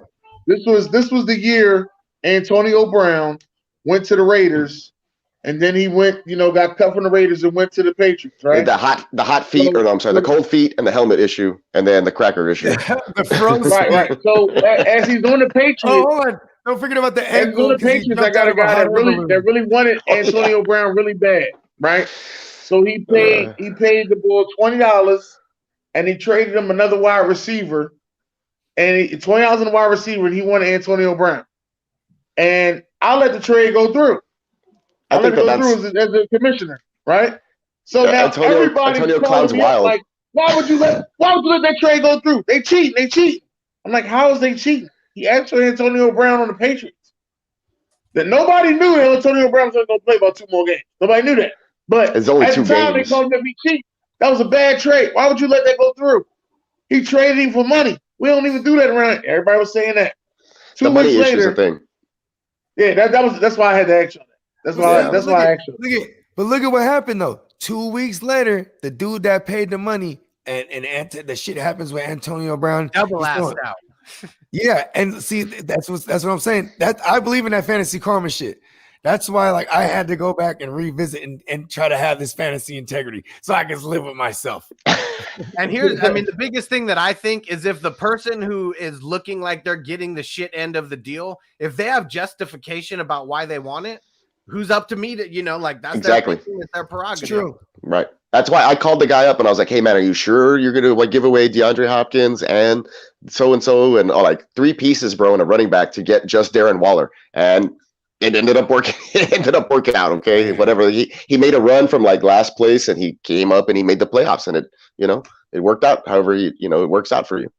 Is that the guy that took it all the way down too? No, he didn't win the whole thing, but it was he pretty went interesting. down Yeah, he had a good run. This is gonna be crazy with the 14-week shit of the regular season. This is gonna be awesome. Yeah, I'm looking forward to it. Right, that just a 14-week in fantasy, and for everybody that used to play the week 17 Super Bowls. Now they're gonna play. They just got to stay 18. the same. I hope they don't. Oh, No, man. That's what I was thinking. I was like, why don't just cut it? Why don't just keep it at week 13 and then week 16? And well, week 17 is to be exact, is when we'll be done. So week 18, we ain't got to worry about those. You could, I guess, if you wanted to. Well, we would never suggest that anyway, because you know what I'm saying. Like, why not play an extra week though? I mean, because you can. Here's the only justification now. Because I know a lot of people. Like, I've won a fantasy football league because they set the 2 weeks. Todd Gurley. They set Todd Gurley in the last week of the season. All right, I've won. That was my second fantasy football win when they set Todd Gurley on the last game of the season and everything. You know, that might be a conundrum. Later on. I lost the fantasy football league when Todd Gurley got injured the next year, and C.J. Anderson went off. You know what I mean? Mm-hmm. So it's like it's a gift and a curse. But I'm like, but sometimes sometimes it's fun though. Like I was in a championship game and I had Lamar Miller back in 2015, and I think I've told Bogart this story also. And I had to sit him because they sat him, and I picked up Alfred Blue, and Alfred Blue scored 2 freaking touchdowns, and I won the league. So I mean, you just make the moves, you plan accordingly. I mean, if you don't want to take that risk, then you could cut your season a week short. But that's the one for thing. Me as a fantasy football player, we get an extra fucking week this year. Hallelujah, Merry Christmas. You know. Here's the only season. Here's the only justification for the week 17, you know, now week 18 people. Now there's only 2 teams in the NFL that have a bye, and there's, you know, an extra playoff team that's actually in there. So there was more teams that were actually like fighting for that final playoff spot this year compared to last. That's the only justification that was awesome though. Adding the addition of the 7th seed, it made football go all the way down to the wire, like everywhere. That was cool. I like that last season. And one bye week team versus 2. Like, that's huge. Like, whoever gets the bye, that's huge. And you used to have 4 teams on bye. Now there's only 2. I mean, that's a big difference. Yeah, but we don't have 2 weeks of buys yet, right? I mean, once the season goes to that, it's like your fantasy seasons are going to be screwed. Like, what the hell? I don't know. I guess it's just more planning accordingly and playing fucking backups. Well, now it goes week 13 and 14 also. So the bye weeks, they extend farther. Oh, as far as adding another, I get you. That's true, but that's all right. That's why a lot of them have a week 7 bye. There's like 6 teams with a week 7 bye because they're like, all right, because the other teams they have a group, like they got to play 13 weeks before you get your bye week. So week 14 bye weeks this week or this year. What do you guys think about that? So I mean, even last year there was week 13 buys, and you know, playoffs started week 14. But what do you guys think about that? Most playoffs start week 15. You guys going to be targeting people or like completely avoiding them with the week 14 buys? Not at all, because by then I shouldn't be trying to squeak into the playoffs. I should have already secured my playoff spot, and I won't really be worrying about the last, week. I think I played in like 15 leagues last year. I made the playoffs in 14, and in that last one or whatever, I was already mathematically eliminated. It was weird. There was like 4 teams that were 7-9, and all of us didn't make the fucking playoffs in that league. It was weird. But it was a listener league with the 2-on-1 pod. But like I'm saying, you gotta be like either dominating or whatever. There was one league. I'm lying. There was one league where the last game of the week I snuck into the playoffs. But you should be good enough. Yeah, but for the most part, you should be good enough, and I wouldn't worry or change my whole draft strategy just because this guy has a week 14 bye week. Like freaking Alvin Kamara has a week 14 bye week. I'm gonna pass him up and take somebody else. I'm not gonna let it affect how I draft or how I make moves later in the season or whatever it may be. I don't look at bye weeks. Jonathan Taylor is really the biggest one in that week 14, and I wonder if the Steelers is too. The Steelers Najee Harris, and I don't think we talked about the Steelers, but Najee catching the ball, looking good. So I'm not worried about their line sucking. Steelers have a week 7 bye. So in week 14, it's the Colts, the Dolphins, and the Patriots and the Eagles. I got all this because the Hustler draft guide, it's got the bye weeks in there. We got offensive line. Yeah. In there, Shout out to the Hustlers draft guide. Shout out to the Hustlers draft guide. Oh yeah! God damn it! You gotta give a shout out to the Hustlers draft guy. Yeah, this is what I should have look at that. Pulled it up. Already had it ready. So yeah, week 6 through week 14, got all the buys laid out here. Here's where I was. We're on the running back rankings here. So if you guys don't know, you get signed up on patreon.com/FFHustler420. But look at all this info. So you play in a standard league. We got everything broken down by points per game. half-point PPR got you taken care of. 1 point PPR, we got it all taken care of. All broken down by points per game because we got the extra game, this year. Even got the Hustler defaults if you play in one of the Hustler leagues. And check out all this info here. We got it all broken down. Everything is charted. How many yards average per rush per game, reception yards per game per season, all broken down. Now that's putting that work in right there. God dang. Yeah, that's how you know when you're doing the work like that behind the scenes during the season, it's a lot easier than people make it seem. If I told y'all the amount of mess that they come into these fantasy football draft parties with, I mean, I see people with three magazines and a laptop. I always put a top 200 list out there on purpose, and I just leave it out there for when people are tilt picking, panicking. I show up to the draft with 2 cell phones. That's it. I show up to the draft with 2 cell phones. That's all I show up with. 2 phones. And I've won, and in the last 10 years, I've won 4 fantasy football drafts. Nice. So every time, they'll talk trash like, "Oh, your teams be barely winning." Like, you say what you want. All I need to do is to win. That's all I got to do. I ain't got to beat you by a lot. I just got to win. There we go. And the last part of this draft guide, reason you got to get it, you need the ranks. We got my ranks in there. We got Spencer the Guru. We got Bogart Scott free in there, who's got to update a couple things. We got my man TD at the Fantasy Good Sports. So we got a handful of people in there. You need offensive line rankings? Oh, man, we got offensive line rankings now. See, everything you need overall pass. This is where I'm a junkie for.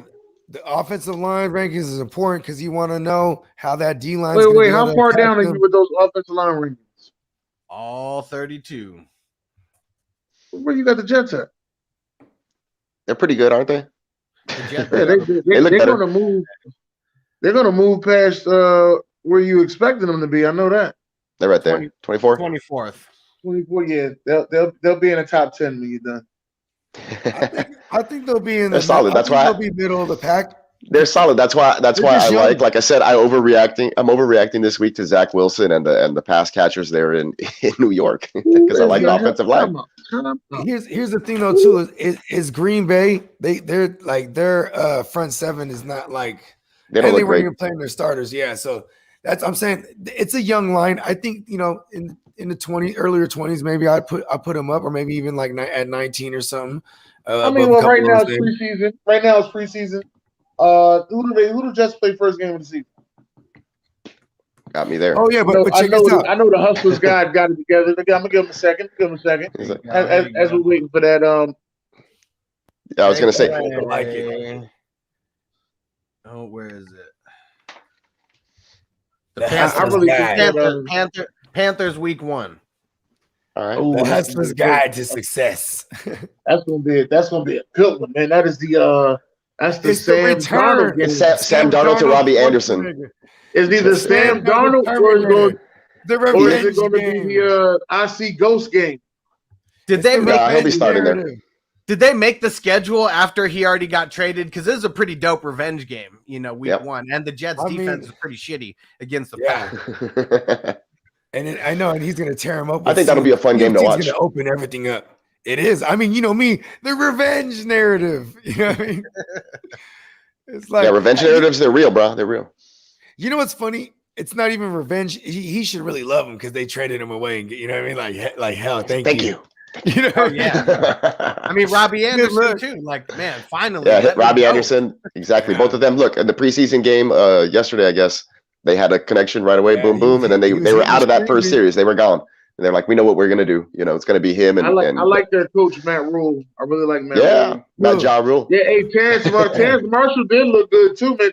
Terrence Marshall might be a great number 2 for them. Because, bro, it's Joe Brady over there. Joe Brady, the offensive coordinator. He was the boy at LSU with Terrence Marshall and all them. The Justin Jefferson. Chuba Hubbard looked awesome, except for a fumble I think that he had at one point. But other than that, he looked great. Yeah, I like you because his knock was like he gets arm tackled, but he looks good out there. He was bouncing on people.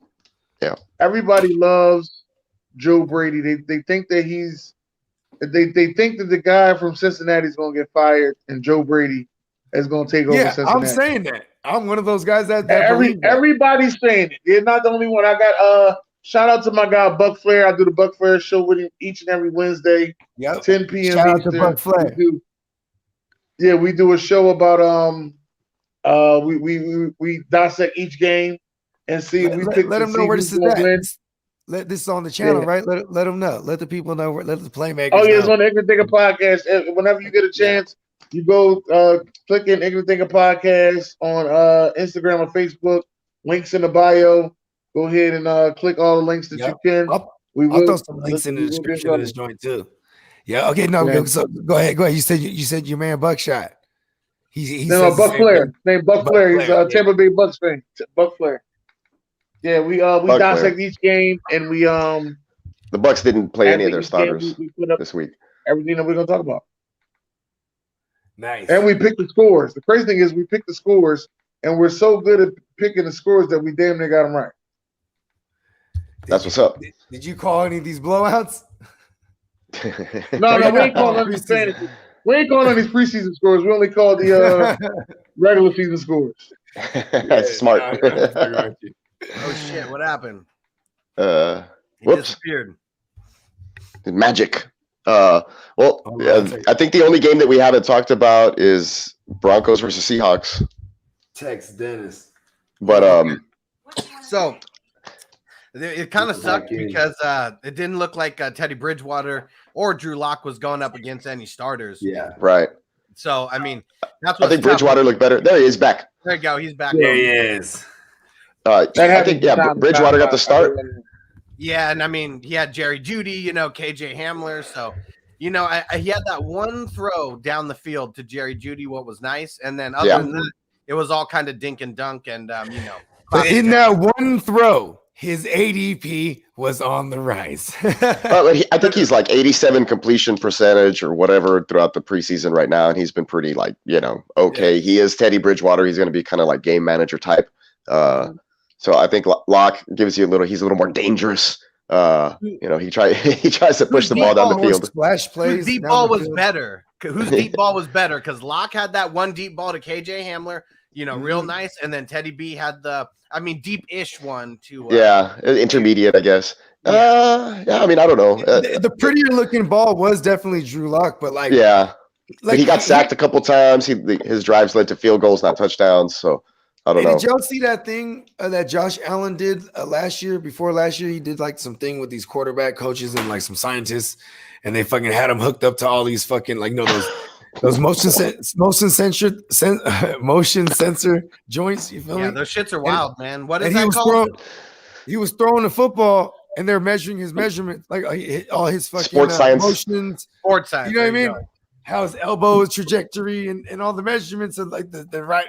All the angles, and when he slides his left foot open, when he releases all that shit, right? And the same guy doing it with them was his buddy Drew Lock, but Josh Allen came out and it hella worked for him phenomenally. They told, I think it was Jason Palmer or something like that. One of them QB coaches, they looked at all the data and was like, "Hey, this is what you're doing wrong." And they that's Jordan Palmer. Jordan Palmer. Thank you. They fixed it. He fixed his mechanics. You know what I mean? And then all of a sudden, give him Stephon Diggs. He's the most accurate QB. Yeah, he's been fixing his mechanics for a couple years now. He's been his QB every offseason. They've been working together. Yeah, and he said first year.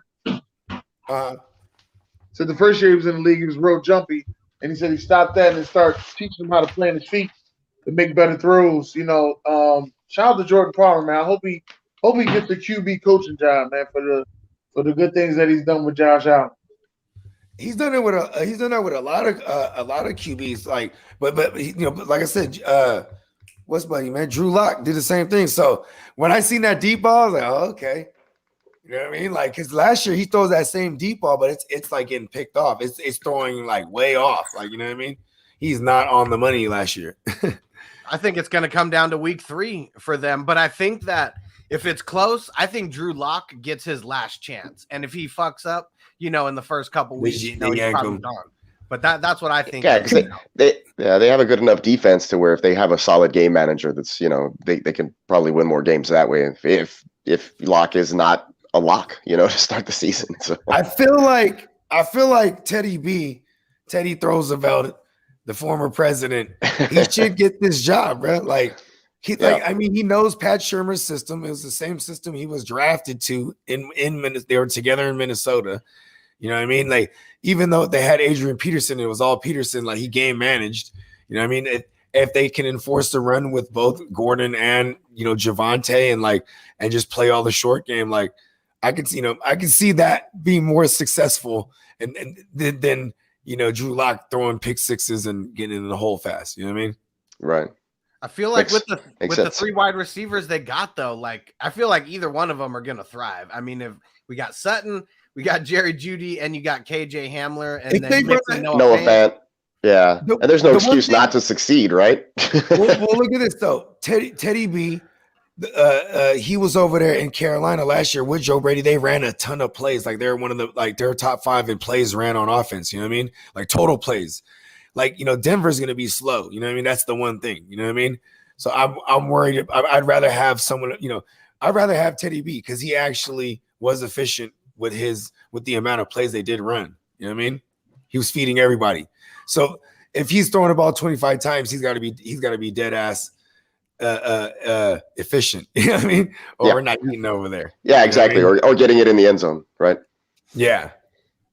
Yeah, and which it can happen, but I wouldn't bank on it. I mean, if you look at the numbers from last year, I guess. And if Vic Fangio gets this defense to look like any kind of Vic Fangio defense, right? They forced a turnover early, and I think it was an interception on the sidelines and stuff. So I think that defense is going to be just fine. They could play, right? So they'll be defense and run the ball. You know what I mean? That's Shermer's style anyway. And then Denver does look like the number 1 defense in the league right now. They look good. That's what they look. Since we talk about overreacting, let me get mine out there. Denver defense look like they're number 1 in the league right now. I'm gonna put that out there. Defense. Overreaction of the preseason. Denver's fire though, and Patrick Surtain Jr. He's going to be one of the top cornerbacks in the league. If not this year, within. And he's who they pair him up with in free agency. They paired him up with Fuller. Yeah, they got Fuller, who actually played for Fangio in Chicago, so he's going to be a nice secondary option. You know what I mean? He's not a bum. So since we talked about all the games, Wink and Weeds 420 says, I was going to say actually wink. Cowboys lost to the Texans, but I don't have to say too much. Texans have forced 7 turnovers in the preseason in 2 games so far, with a couple of scores on defense. That Lovie Smith 4-3 switch is really working, and there's flying linebackers all over the place. Lovie Smith is the Houston Texans? Yes, sir. Yeah. So I just wanted to put that out there. Chocolate girl? I just wanted to put that out there. That's my other overreaction. I think I posted on Twitter the other day that their defense was going to vastly improve because they sucked horribly last year. So just this new this new look defense and the way that they're being really aggressive is forcing turnovers. They had a strip sack of the quarterback again. 3 interceptions yesterday. One of them pick 6 by Lonnie Johnson, took it back to the house. So Texans look really good on defense as opposed to last year. And, they'll have that game manager type of dink and dunk offense. But, I'm excited to see the defense and the culture change there with that, at least. And especially for people who play in IDP, there's always a couple players on the Texans that are worth grabbing. Like Zach Cunningham, he's probably going to lead the league in tackles again.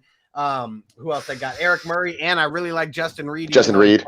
Free safety, not free safety, right? Safety, but yeah, he's dope. And then I'm really curious to see how Christian Kirksey does, because he really went. Kirksey's been starting and he's been playing well, but I think once Jacob Martin, if they can phase out Whitney Merciless, put Jacob Martin in there to rush the quarterback. That guy's a machine.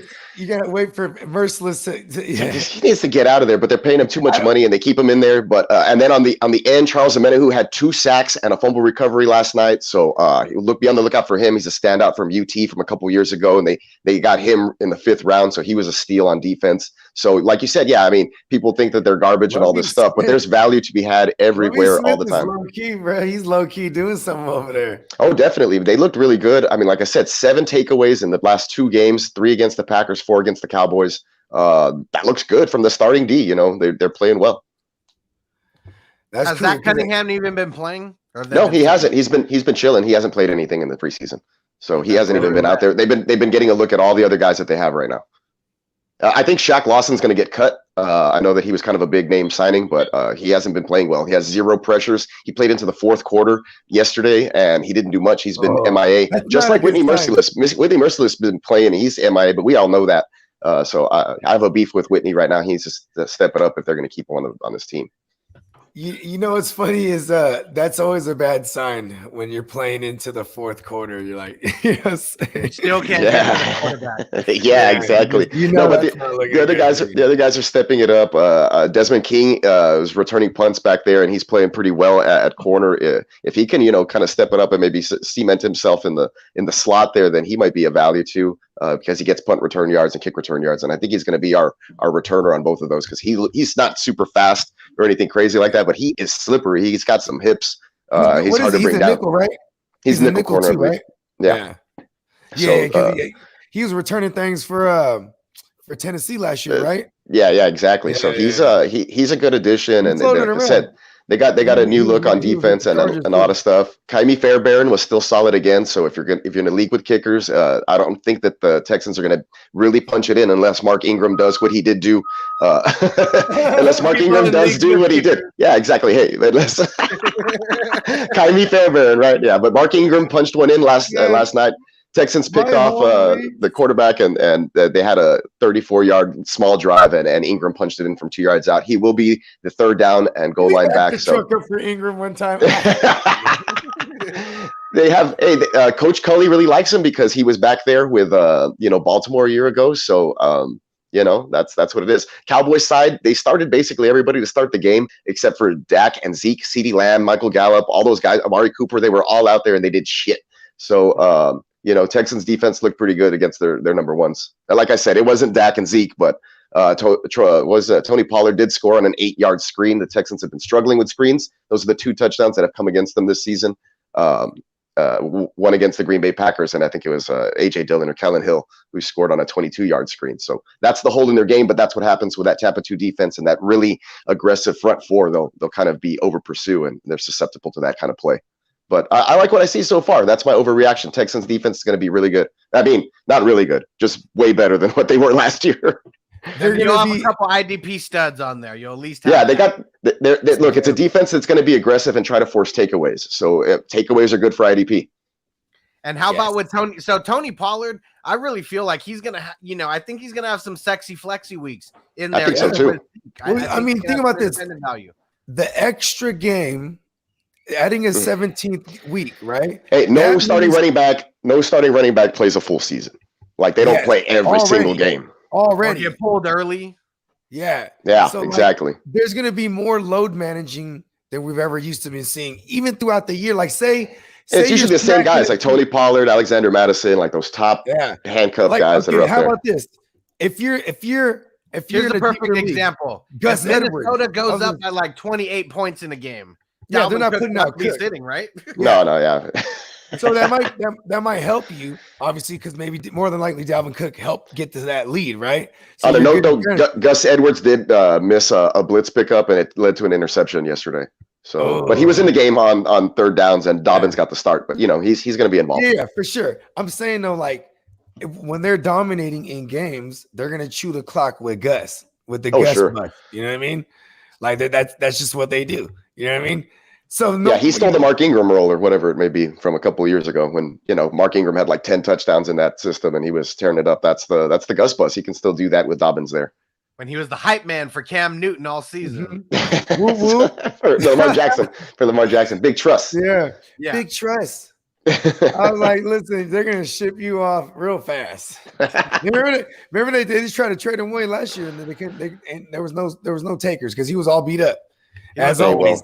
He looked fresh. He had 7 carries for 34 yards and a touchdown, so not too bad. He looked pretty fresh. Like I said, he hasn't played. They've held him out until last night, and he was that 1-2 rotation with Lindsey and David Johnson still coming in on 3rd downs. Puke David Johnson role, Duke Johnson role. So.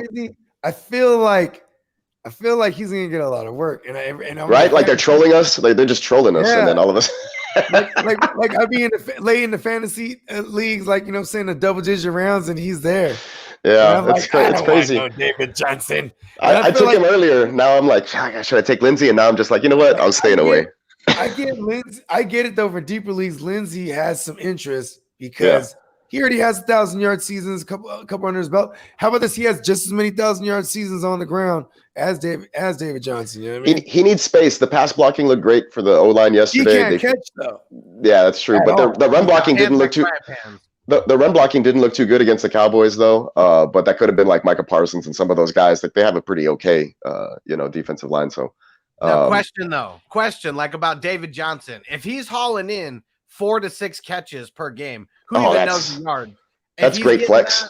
You're going to be stoked on that. I'm not saying that's what's going to happen, but they said that it's the Duke Johnson role, and Duke Johnson was getting about 4 to 5 targets a game when they used them, like throughout the game. The thing is, honestly, they could be faced with a lot of third downs. They haven't been picking them up. So that's the problem. The drives haven't been sustaining, but he was in there on every single third down play. And he'll get carries there on third down too.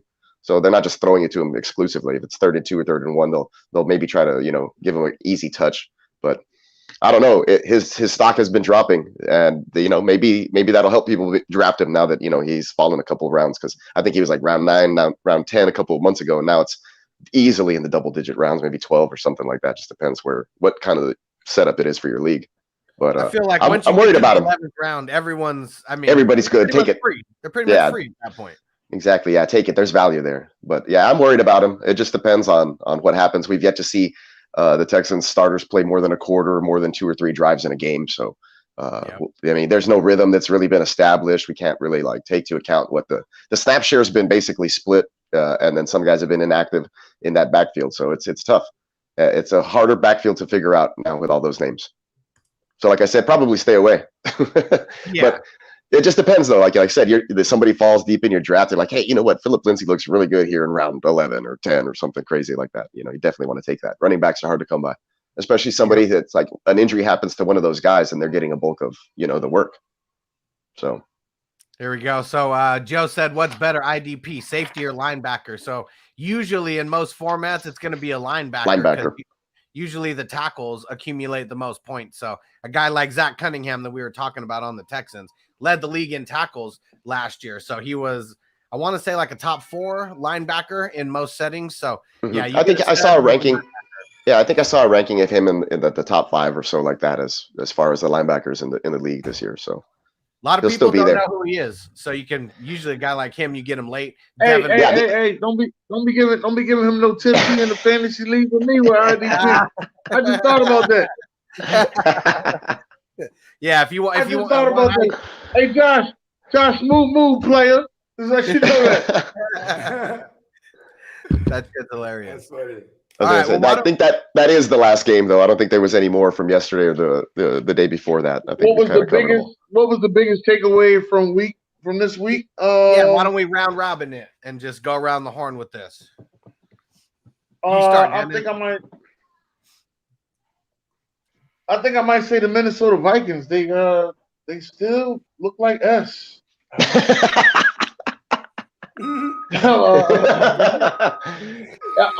Kirk Cousins did not look good. It's just one of the things you look at and you like, I feel sorry for Mike Zimmer, but he's gonna get fired this year. It's gonna be the Dalvin Cook show, and I mean Justin Jefferson wasn't out there, but the preseason so far, overreaction. I like it. They look like ass. Adam Thielen's still gonna be a nice guy for fantasy that you're gonna be able to get late because people are off of him right now. Cards. He'll be a flex option. Let me say he knows how to find the end zone, so I kind of like him. He's kind of shifty and shaky, like Cooper Kupp-esque around the end zone. Yeah, I mean it's the reverse aspect of it, right? The white boy receivers, bro. They're few of them. So you got to be a bad motherfucker. You know what I mean? I love Cooper Kupp though. I love Cooper Kupp. Hey, my overreaction. Oh, sorry, go for it. I was gonna say my overreaction easily, like I mentioned earlier, it's gonna be the Jets. I'm kind of in on the way they look there. The O-line looks good. Zach Wilson looks good. Corey Davis is as advertised this season, which is crazy for me to be saying. 6 years later, right? And Tyler Kroft, who has a stranglehold on the starting tight end position, looks to be one of Zach Wilson's favorite targets, if not the number 2 target right now. With what's crazy? Guys like Mims out, not in the lineup. Tyler Kroft, man. I don't know about what's up with Jamison Crowder. It's gonna get kind of dicey, but those guys look good last night. We'll see in the dress rehearsal. But I like those 2 names, Kroft and Davis. It's crazy because people got a lot of Crowder. I just never look at it. I was like, no, I'm not getting Crowder. He's great for PPR. You know, last year he'd get like 13 targets or 17 targets or something crazy with no yards. 17 targets, like 15 catches, 89 yards. No touchdowns. I envision Zach Wilson throwing the ball like 500 and maybe 30 times. He's gonna throw it down the field. He's gonna throw it down the field and he's gonna find spots. He's not gonna dink and dunk it. This ain't no Sam Darnold seeing ghosts, kid. I'm saying no. This guy's the truth over here with this offense and the way that they're doing things. They did Sam Darnold ugly, dirty, man, because he had Adam Gase. The coach, the trash man himself. Yes. Nice. So for me, my big takeaways from the week: Najee Harris. He's going to be overhyped. He's going to be worth every penny, though. So yeah, grab him wherever you can. And Myles Gaskin. As much as everyone was off him last week and panicking, like he's more up in my ranks because Tua is going to be the dink and dunk master. I feel like great. He might lead all running backs in receptions. I mean, he may get like 6+ every single game. Like Tua is going to be dinking and dunking. And he was catching them all, making juggling catches on the sideline, putting his hand down with contact balance, and then getting extra yards. He looked impressive. Anybody with the name Myles, I'm on board whenever they do great. Yes. So Myles Gaskin, Myles Garrett. I'm still waiting for Miles Boykin and some of the other Miles to step it up. Miles Sanders, step it up, bro. Yeah, get on the Miles squad. You got cut. You got cut. I happen to think Miles Sanders, though, that's another one of those guys where I'm like, I don't have any Miles Sanders at all so far. Me either. And I'm like, I won't be surprised if I'm wrong about that, because if he gets volume, like you got Nick Caserio coming over there, he's gonna emulate that Frank Reich shit he just came from. He was the OC over there for the Colts. You know what I mean? So I would imagine the Jonathan Taylor role, that timeshare, that part of it would be the Miles Sanders, you know what I mean? And then Kenneth Gainwell, they brought in to be like the Nyheim Hines type, you know what I mean? Yeah, he looked pretty good catching passes, I think, in the preseason game. Yeah, I think he's gonna have some flex value, like easily. I mean, even if Sanders is still there after first couple weeks, but yeah, PPR guy who I think everyone can get like super late and redraft. My sleeper projections on Boston Scott are like 9 points a game. I'm like, what the hell? So maybe they know something I don't, but I'm like, I'm not cutting him yet. I don't know. The Boston Scott shit came from like a blurb like in training camp. You're like Boston it's all Scott good though because I was gonna say it's all good though because like Tyrod Taylor, he's still like statted out for like 0 points for like half of the season. So I'm like, I don't know what's up with that either. Crazy. What do they know? Yeah, we'll see. I'm gonna say, man, I just like the seeing the usage of like Najee Harris, seeing the usage of Antonio Gibson. You know what I mean? Just guys that are like that you should project to be bell cows. You know what I mean? Because workhorses. Not even just workhorses. The bell. Yeah, I guess Antonio Gibson would be more of a workhorse, and the bell cow is definitely more of a Najee Harris. So he's gonna get all the work. You know what I mean? For sure. Yeah. But but still though, okay. Now if you're in a draft, right, and you're in like single QB, so now the running back's going up really high.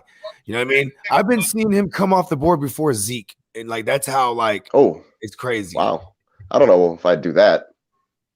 Yeah, probably not. Probably not. I think I'd be okay with Zeke, even though I took him. What was it, last season in a league, and it almost killed me, but still made the playoffs. Shout out to Spencer the Guru. You know what I mean? I've been frequenting the mock draft Mondays. You know what I'm saying? And like that was a poor ass Louisiana accent. I tried to do the mock draft Mondays. Hey, Bogard. Bogard. Man, shout out to Spencer. But Najee be going over Zeke, and I'm like, that's crazy. Like I think he was sleeping on Zeke too, like lightweight. You know what I mean?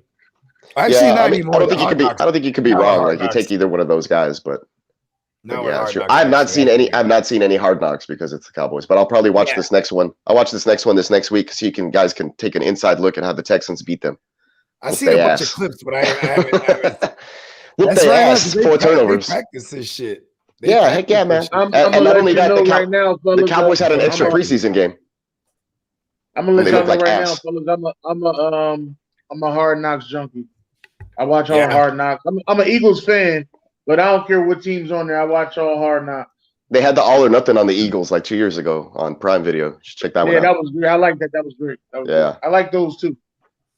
I try not to watch them like when they happen, just because I don't want all the bias. drama and everything to start affecting me emotionally. So I wait and then just binge them all at the end when all the. I always watch them after the season, dude. I do. It's the truth. It's funny because I put the blinders on. Like a couple years ago, I remember I was watching it, and it was when they had the Texans, and I was like, "Man, DeAndre Hopkins is a boy, bruh." Oh, and like I got him everywhere in fantasy, and it worked. Yeah, because I was like his rookie year, and then, you know what I'm saying, and everywhere I can get him, we go get him, right? Ever since, but like I think I was watching the Rams one, you know what I mean, and I was like, oh shit, you know what I mean? Jared Goff is gonna be, he might be a guy. He wasn't a guy, you know what I mean? He was just a guy. He was just a guy, you know what I mean? Like the Bucks when Winston was on it, Winston was there. Yeah. So like I stopped watching it at one point because I was just like, man, that shit influences my thought, my ideology too much in fantasy. Like, ooh, like CeeDee Lamb shits are going crazy.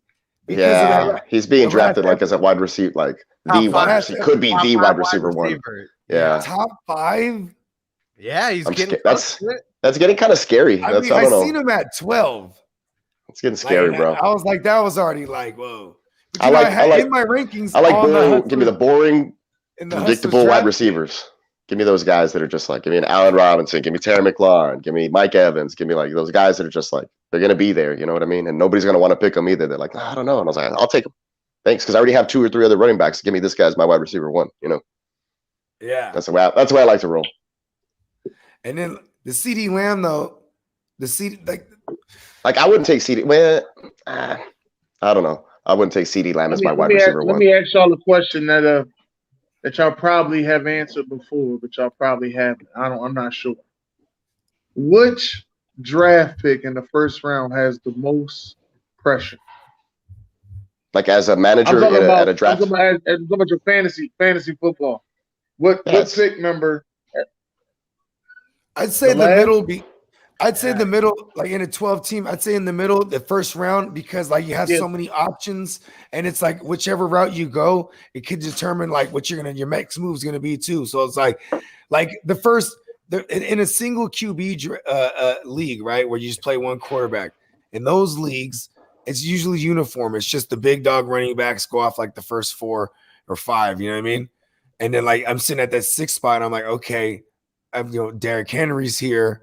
But so is like Travis Kelce and Nick Chubb, and you know what I mean? Like, Devontae Adams, Tyreek Hill. Like I can go, there's so many different ways I can go.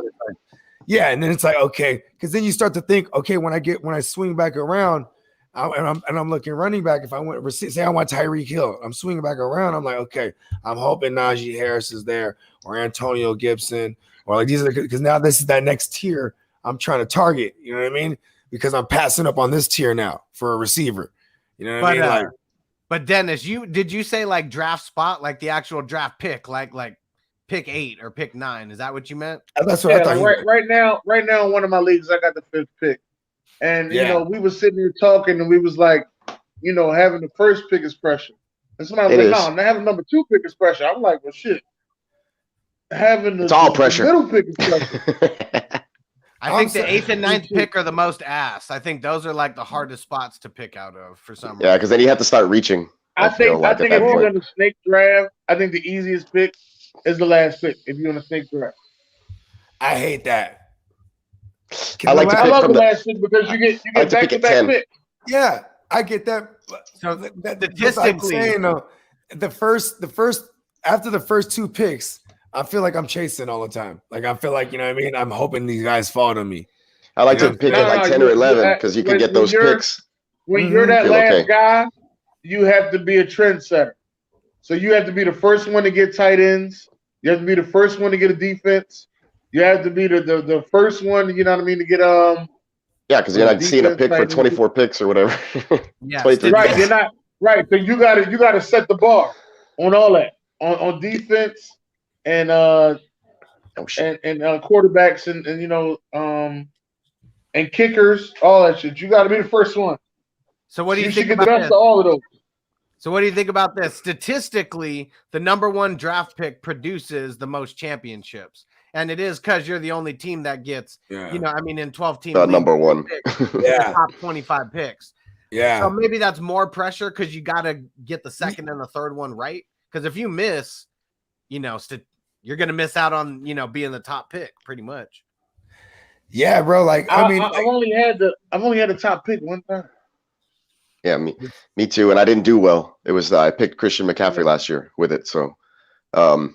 I was just thinking, but I found Myles Gaskin, so it worked out. You know, I made the playoffs. You know what's crazy is I had a bunch And Mike of Davis first-round picks this year.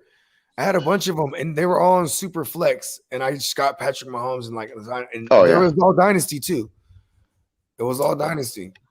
You know what I mean? I like to pick. I like to hit it from the back, like I always say. I like to pick 10 or 11.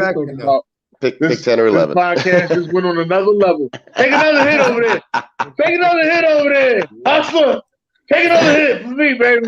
God damn, this podcast got on another level. God damn, baby. That's funny. Yeah, no, like I'm saying this, coming in on the last spot though, man, I've had some. It really just depends on the league, I swear. Because man, my home league has been crazy. Like some of them, like, well, I built some crazy teams, and the other ones, I'm like, damn, I can't catch a break. You know what I mean? I just end up having to get guys that are just the best available. You know what I mean? When it's like, and it's usually because I'm too early in the draft. You know what I mean? Like I'll get one of the big dog running backs, and it's like, damn, I get around, and I'm like, boom, I take a tight end, like I take Kittle in the third. You know what I mean? And like, fuck, then I have a hole there the whole time. I'm like, damn, I should have just got a receiver there, or you know what I mean? Even though I love having Kittle, or you know what I mean? It's like there's a hole there now. You know what I mean? You just got to feel comfortable. You don't want to be doing that like after you make a pick.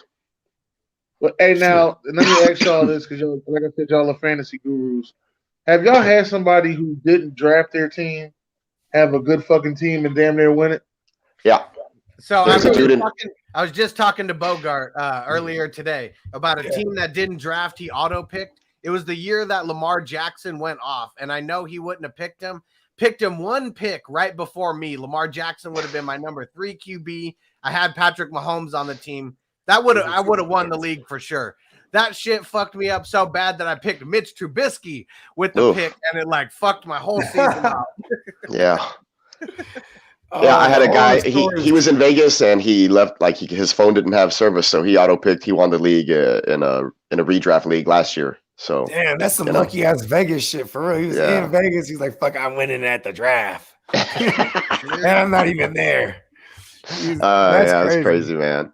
Yeah, that totally sucks. I think that was the league I started 0-5. I battled all the way back, made the playoffs, and I think finished 4th. So, and you know what it is about those auto picks? It's because there's no bias or emotion that comes into the pick. It's just literally the best ADP player available. Yeah, I feel you.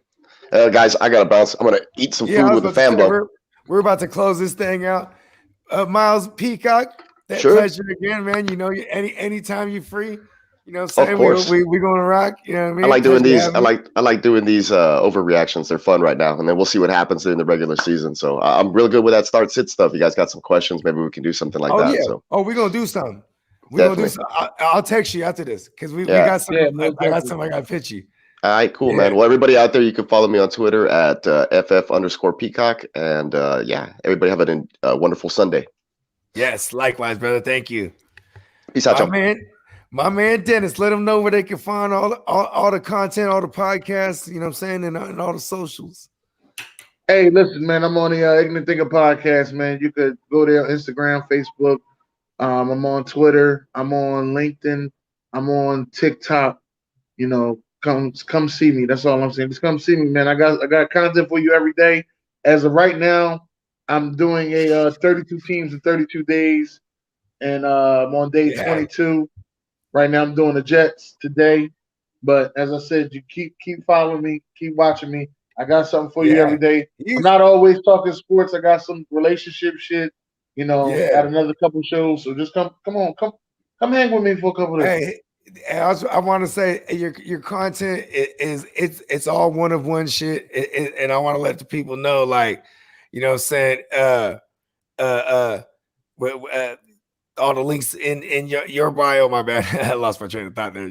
Clearly, all the links in the bio. You feel me? So it goes back to Chuck up. Go ahead, one time. I gotta get it together. You know what I'm saying? Hey, well, quick question, shit. Man. Hey, Hustler. Okay, yeah, what's up? Now you had put that stuff in the chat. I can't get it from the chat, but if I go to your Facebook, your Instagram page, will I be able to find all that stuff that you was just giving out during the show? Yeah, and just shoot me a DM on Instagram. Also, I'll just shoot it to you directly. All right, cool beans. Yeah, I definitely need that. Hey, man, fellas, great show. Can't wait to connect with y'all. Hopefully, we can do this like once a month. We connect like this. You know what I mean? Oh yeah, man. Bet. We'll dial that up for Shelly. You know what I mean? All right. Sure. Y'all enjoy yourselves, man. Yeah. Peace. And I definitely encourage y'all playmakers to go check out his content, man. He be traveling around. That's what I lost my train of thought. That's what I was going to bring up. He be traveling around, really connecting with the other content creators. You know what I mean? Like, he was in the Bay. You know what I mean? And like, I just had my baby. So he hit me and I was like, shit. I was like, but I was like, slide through the studio. You know what I mean? It was like the baby was like maybe like a week and a half old at that point. You know what I mean?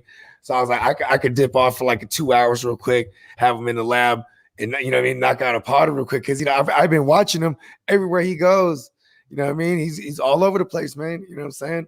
And I like that because, like, you know what I mean? We connect like this, but like, I like that. I like the motherfuckers is out here. Just, the COVID ain't stopping nobody. You know what I mean?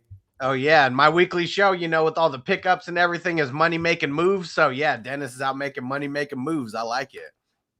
Yes. But yeah, Huss, I think we'll put a bow on that one. We went for the extendo. What's funny is really baked on this one. And I was just hitting this pen. I'm about 6 or 7 bowls deep at this point, maybe more. Yeah, you was keeping it lit. I see you.